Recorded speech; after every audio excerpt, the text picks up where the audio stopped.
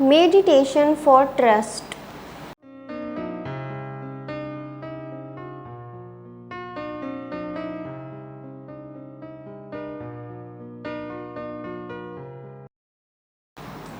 If you feel it difficult to trust, then you have to go back.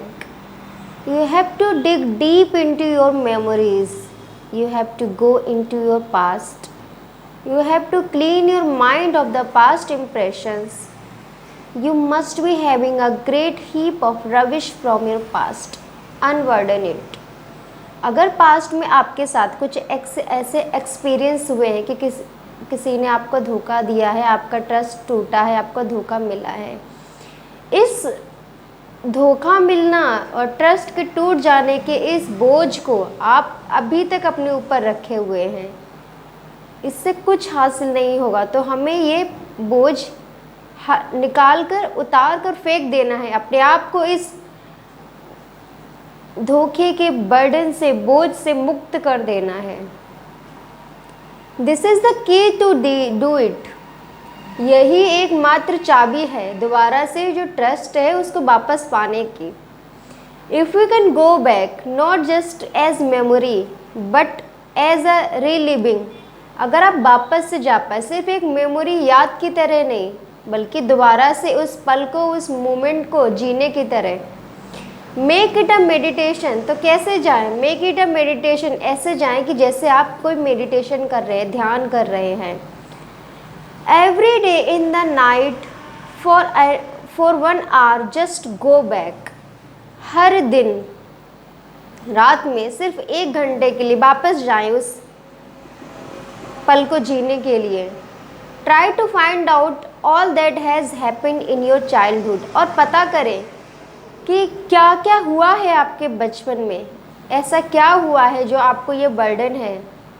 पता करिए इस burden का। The deeper you can go the better. और इस secret को पता लगाने के लिए, इस पहेली को सुलझाने के लिए, आप इस पहेली में जितना गहराई से पहुंच पाए उतना ज़्यादा अच्छा है। Because we are hiding many things that have happened. हमने बहुत सारी चीज़ें वहाँ छिपा रखी हैं जो हमें पता ही नहीं है कि ये सब हो चुका है, बस वो छिपी हुई हैं। But we don't allow them to bubble up into consciousness. हमको पता है ये सब हुई है लेकिन हम उसको याद नहीं रखते। क्यों? क्योंकि हम उनको दोबारा से देखना ही नहीं चाहते, सुनना ही नहीं चाहते उन हुई चीज़ों को। Allow them to surface. उन्हें वापस सरफेस में आने दें, उन्हें जीवन में आने दें, उन्हें महसूस होने के लिए बाहर आने दें। देखिए कि उन पल में क्या हुआ है। Going every day you will feel deeper and deeper. जब जब आप रोज़ जाएंगे इस मेडिटेशन में, अपने चाइल्डहुड में, तो आप देखेंगे कि आप बहुत ज़्यादा गहराई में चले जा रहे हैं। आपको पता ही नहीं था कि यहाँ इतनी गहराई है। First you will remember somewhere when you were at the age of 4 और 5। पहले आपको पता लगेगा कि आप बहुत छोटे हैं, 4-5 साल के हैं और क्या हो रहा है। And you will not be able to go beyond that. और हो सकता है कि आप उस एज के आगे ना जा पाएँ, आप वहीं रुक जाएं। Suddenly a China wall will face you. अचानक से आपके सामने एक बड़ी सी दीवार आ जाएगी, आप उस दीवार को पार नहीं कर पाएंगे। But go by and by you will see that you are going deeper. 3 years 2 years, लेकिन आपको उस दीवार को देखकर डरना नहीं है। आप उस दीवार को पार करने की कोशिश करिए। और जब आप उस दीवार को पार करेंगे तो आप देखेंगे कि आप 2-3 साल आगे जाते चले जा रहे हैं। People have reached to the point where they were born from the womb. लोग ऐसे गहराइयों में पहुँचे हैं जहाँ वो उस पल तक पहुँच गए हैं जब उनका जन्म हुआ है। There have been people who have reached into the memories of the womb, and there are people who have reached beyond that into the other life when they died. कुछ लोग ऐसे भी रहे जो अपने माँ के गर्भ तक की जीवन काल में पहुँचे, उस पलों को उन्होंने देखा, जिया।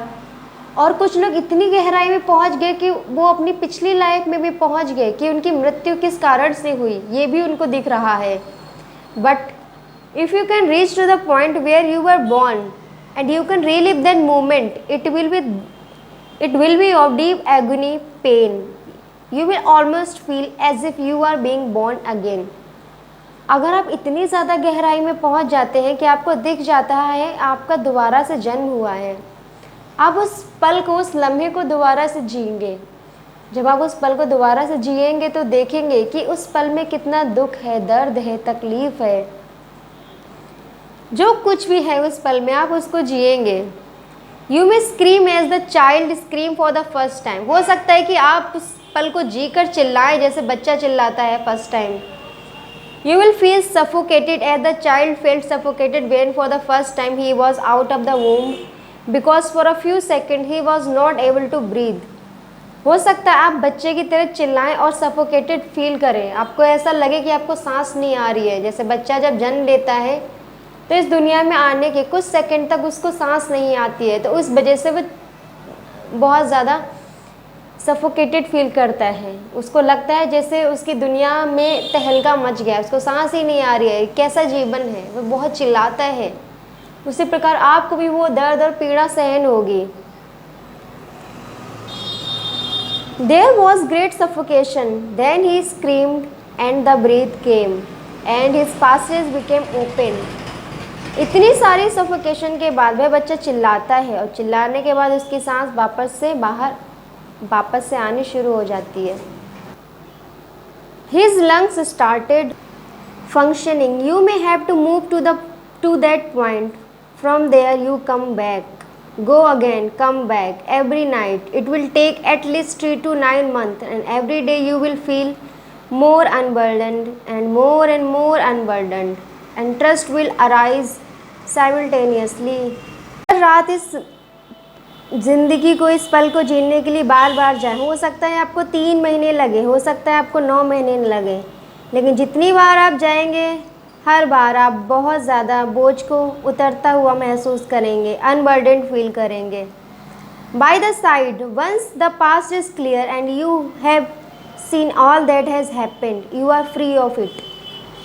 एक बार जब आपका ये पास्ट क्लियर हो जाएगा, आप सब देख चुके होंगे, सब दोबारा से रीलिव कर चुके होंगे कि क्या हुआ है, आप इस बोझ से फ्री हो जाएंगे।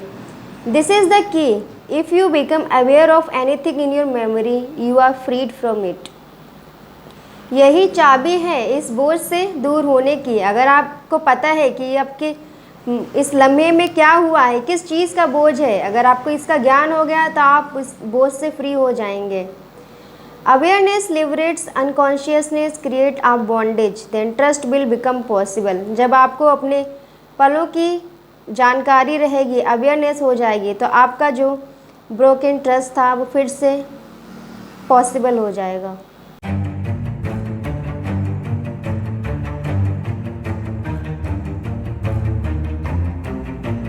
Subscribe now and press the bell icon. Never miss an update.